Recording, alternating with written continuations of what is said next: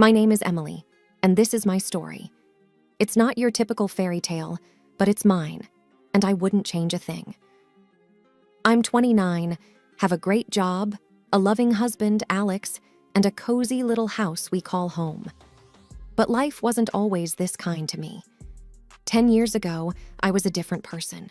At 19, I found myself lost in a whirlwind of corporate parties and social drinking. It started innocently enough, a drink here, a party there. But before I knew it, alcohol became my crutch, my escape from stress and loneliness. Those 3 years are a blur, a time I'd rather forget but can't. Everything changed when I hit rock bottom and realized I needed help. I turned to a special center where people like me, battling their demons, found solace and strength. It was hard, but I came out sober and have been that way ever since. Alcohol, can't stand it now. It makes me sick just thinking about it. 2 years ago, I met Alex. He was different from anyone I'd ever known. Kind, understanding, and he had this way of making me laugh even on my worst days.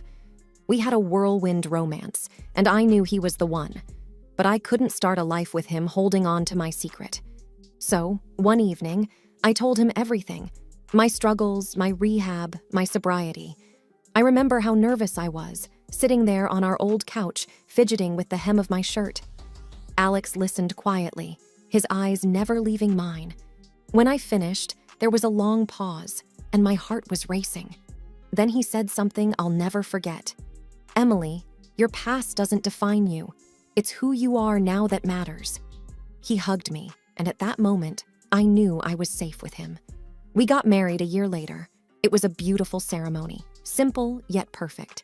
But then came the reception, and with it, my first encounter with Diane, Alex's mother. I always knew she was a bit intense, but that day, she cornered me with a question that caught me off guard. "Why aren't you drinking, Emily? It's your wedding," she asked, a glass of champagne in her hand. I felt my throat go dry. Alex had told me to be honest, so I was. "I don't drink, Diane. I used to have a problem with alcohol, but I've been sober for years now." The look on her face was a mix of shock and something else. Contempt?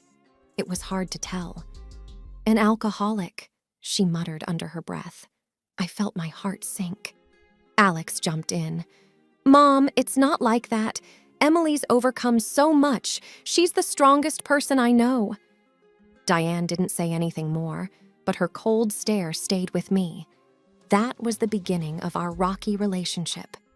Little did I know, it was just the tip of the iceberg. After the wedding, life with Alex was everything I dreamed of. But there was a shadow hanging over us, and that shadow had a name. Diane, my mother-in-law. She never said anything outright about my past, but her disapproval was clear as day. It started with small comments. "I'm just surprised Alex chose someone with your history," she'd say, or, "In our family, we usually handle our problems without making a fuss." Each word was like a tiny needle poking at my confidence. One Sunday, we were invited to dinner at Diane's. Alex was in the kitchen helping his dad with the grill, and I was left alone with Diane in the living room. The air was stiff with unspoken words. "So, Emily, how's work?" Diane asked, not even looking up from her magazine. "It's going well, thanks. Just finished a big project," I replied, trying to sound cheerful. She hummed, her eyes still on the pages. "I just hope you're not overworking yourself. We wouldn't want any old habits to resurface." I felt a flush of anger, but I bit my tongue. Arguing with Diane wasn't going to help. "I'm doing fine, Diane. Thanks for asking." Alex walked in then, saving me from more of Diane's jabs. "Everything okay in here?" he asked, glancing between us. "Perfect," Diane smiled, as if our previous conversation never happened. "Just chatting with Emily about her job." The dinner was tense, at least for me. Diane played the gracious hostess, but her eyes kept darting to me, like she was waiting for me to slip up. I stuck to water, even though the wine was flowing freely around the table. After dinner, When we were alone, I told Alex how I felt. "I don't know, Alex. It's like she's always judging me, waiting for me to make a mistake." Alex put his arm around me. "I know my mom can be tough, but she just needs time. She'll come around, you'll see." I wanted to believe him, but deep down, I knew it wasn't that simple. Diane had made up her mind about me, and nothing I did was going to change it. The drive home was quiet. I stared out the window, lost in thought. Alex reached over and squeezed my hand.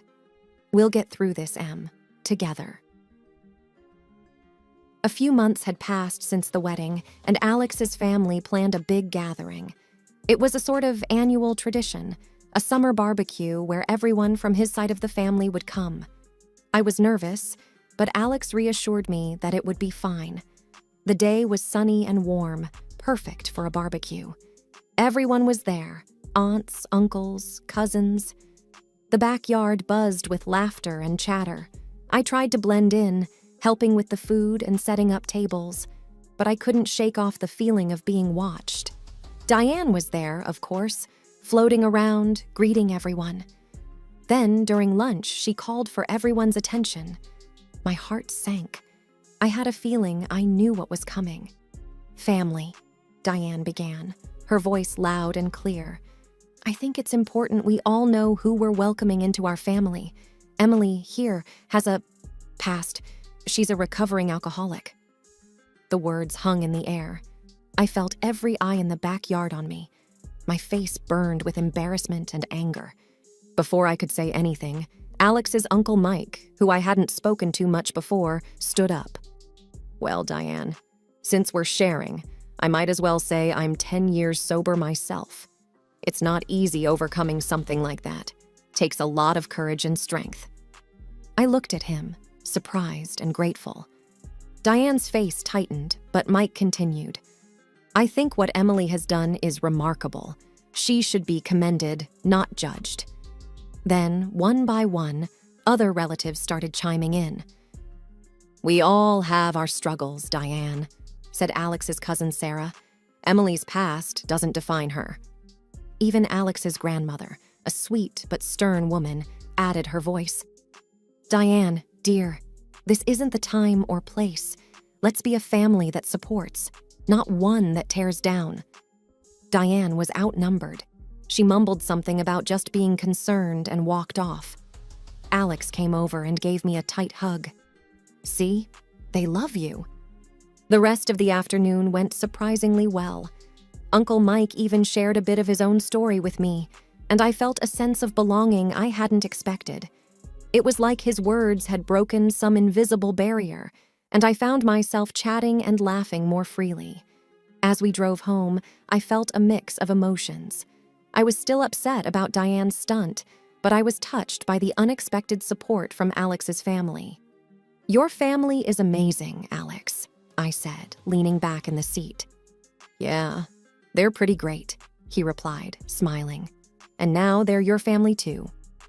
The support from Alex's family at the barbecue gave me a much-needed boost, but Diane wasn't the type to give up easily. I started noticing little things that didn't sit right with me. It began with a casual family dinner at Diane's house. She had always kept a few bottles of wine around, but that night, the dining room looked like a mini-bar. Bottles of all sorts were displayed prominently. I caught her eyeing me, almost as if she was daring me to take a drink.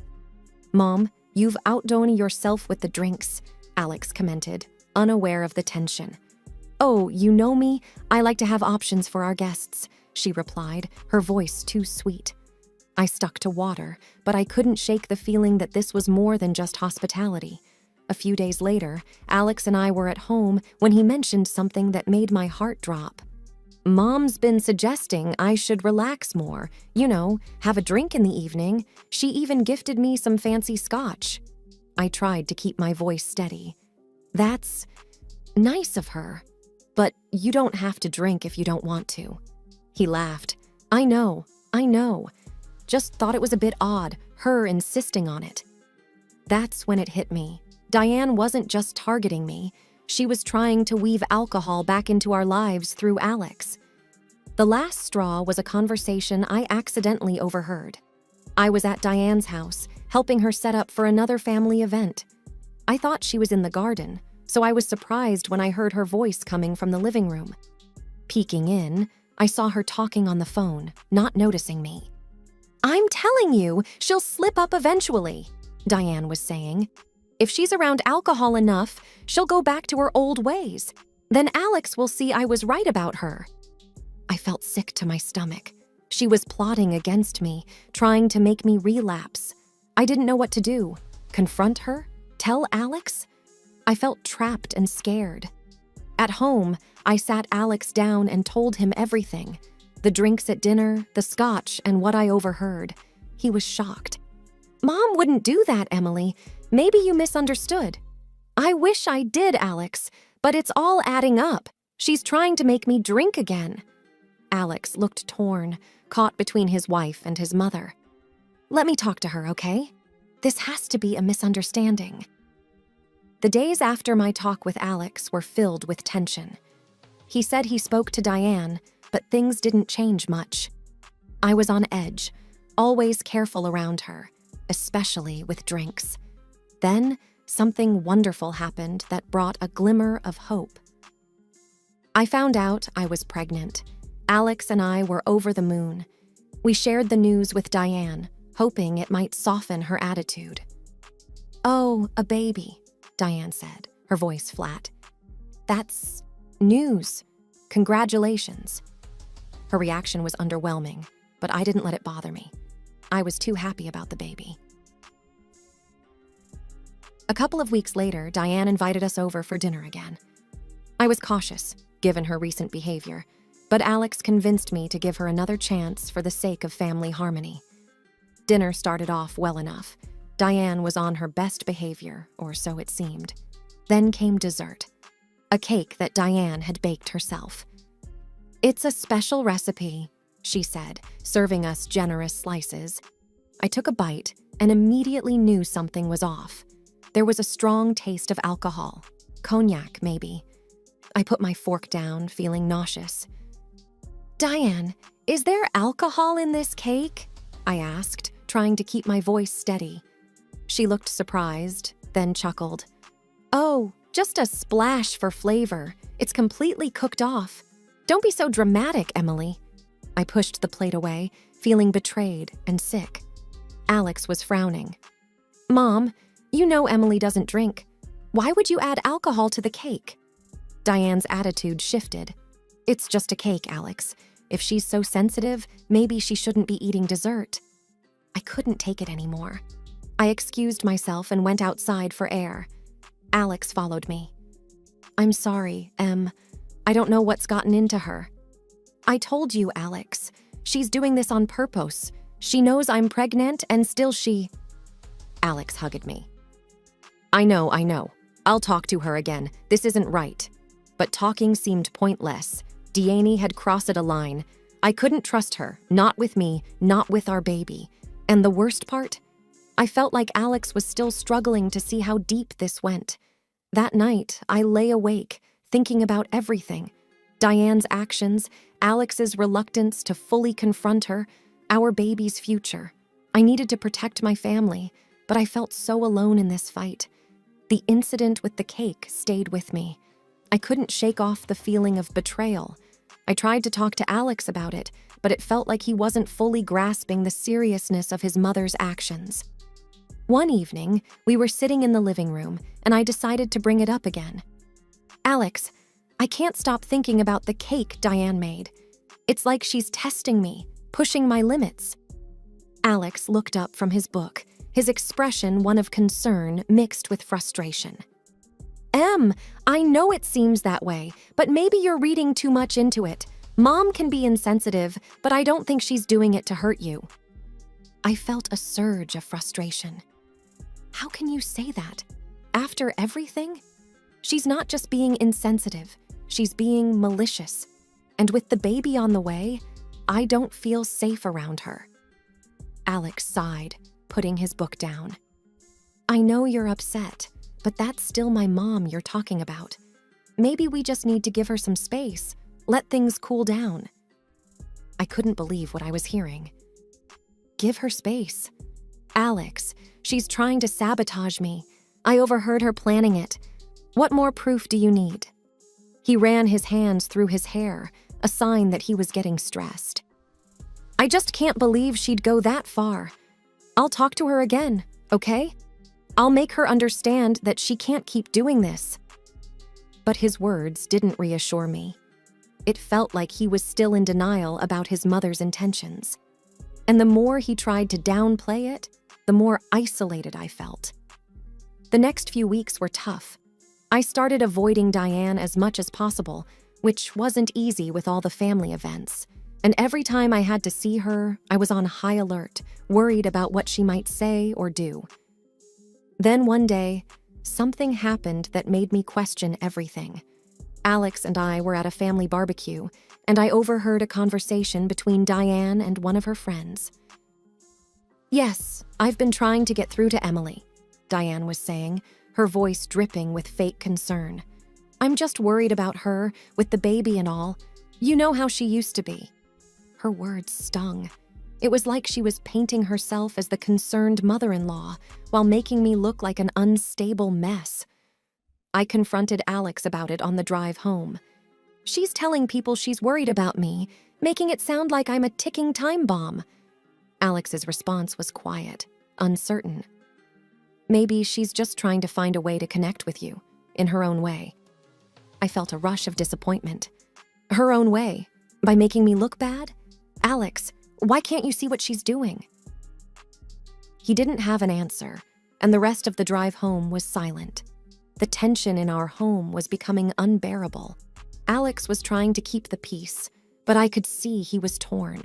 I knew I had to do something drastic to show him the truth about his mother. One night, I sat him down at our kitchen table. "Alex, I have an idea, but I need you to trust me. It's the only way to show you what your mom is really like." He looked hesitant. "What are you thinking?" "I want to set up a sting operation. I'll pretend to fall off the wagon, get drunk, and call your mom over. We'll see how she reacts when she thinks I'm alone and vulnerable." Alex was shocked. That's a big risk. What if it backfires?"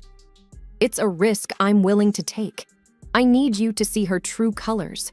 Will you help me?" After a long pause, he nodded. "Okay, I'll do it, but I'll be right there, hiding, just in case." The plan was simple but risky. A few days later, I called Diane, pretending to be drunk. "Diane, can you come over? I'm not feeling good. Alex is at work, and I don't know what to do." I could hear the eagerness in her voice. "I'll be right there, Emily." We set everything up. Empty wine bottles were scattered around, and I lay on the couch, pretending to be passed out. Alex hid in the bedroom, ready to come out when needed. Diane arrived in record time. As soon as she saw me, a smile spread across her face. "I knew it. I knew you'd slip up eventually." I stayed still, listening as she continued. "You're going to ruin my son's life. But don't worry, I'll make sure he knows the truth about you." Then she said something that chilled me to the bone. "It's better this way. If you lose the baby because of your drinking, it's for the best." That's when Alex stormed out of the bedroom. "Enough, Mom! How could you say such things?" Diane turned, her face a mix of shock and anger. "Alex, what is this? Why are you here?" He was livid. "I heard everything, Mom. How could you be so cruel? How could you want harm to come to Emily and our baby?" Diane tried to backtrack, but the damage was done. Alex had heard everything. He told her to leave and not come back until she could accept and respect us. After she left, Alex turned to me, his eyes filled with remorse. "I'm so sorry, Emily. I should have believed you. I never thought she could be so hateful." I was shaken, but relieved. "It's okay, Alex. Now you know. We need to protect our family, and that includes protecting ourselves from your mom." He hugged me tight. "You're right. You and the baby are my priority. I'm sorry it took me so long to see the truth." After the confrontation with Diane, there was a palpable shift in our home. Alex was deeply troubled by his mother's actions and words, and I could see the conflict tearing at him. We knew things couldn't continue as they were. A few days later, Alex sat down across from me, a serious look in his eyes.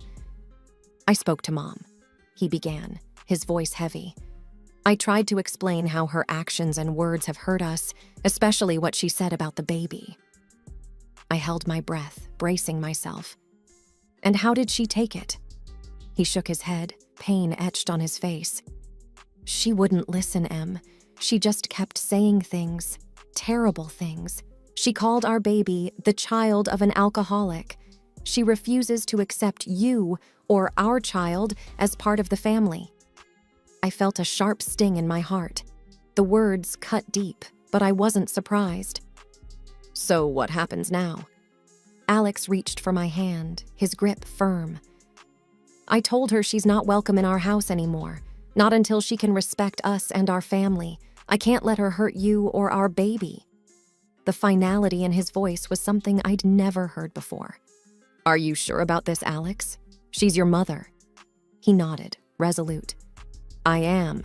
You and our baby are my priority now. I love my mom, but I can't allow her to continue treating us this way." The decision to cut ties with Diane was a hard one, especially for Alex. But it was necessary for the well-being of our little family. We needed peace, stability, and love, things that Diane, in her current state, couldn't offer. In the following weeks, we focused on each other and the arrival of our baby. It was a time of mixed emotions. There was the joy of anticipation, but also the sadness of the rift in the family. Yet, through it all, Alex and I grew closer, our bond strengthened by the challenges we had faced. As I looked ahead, I knew there would be more obstacles, more tough decisions, but I also knew that together, Alex and I could face anything. We had chosen a path of love and respect for ourselves and for our child. And that made all the difference.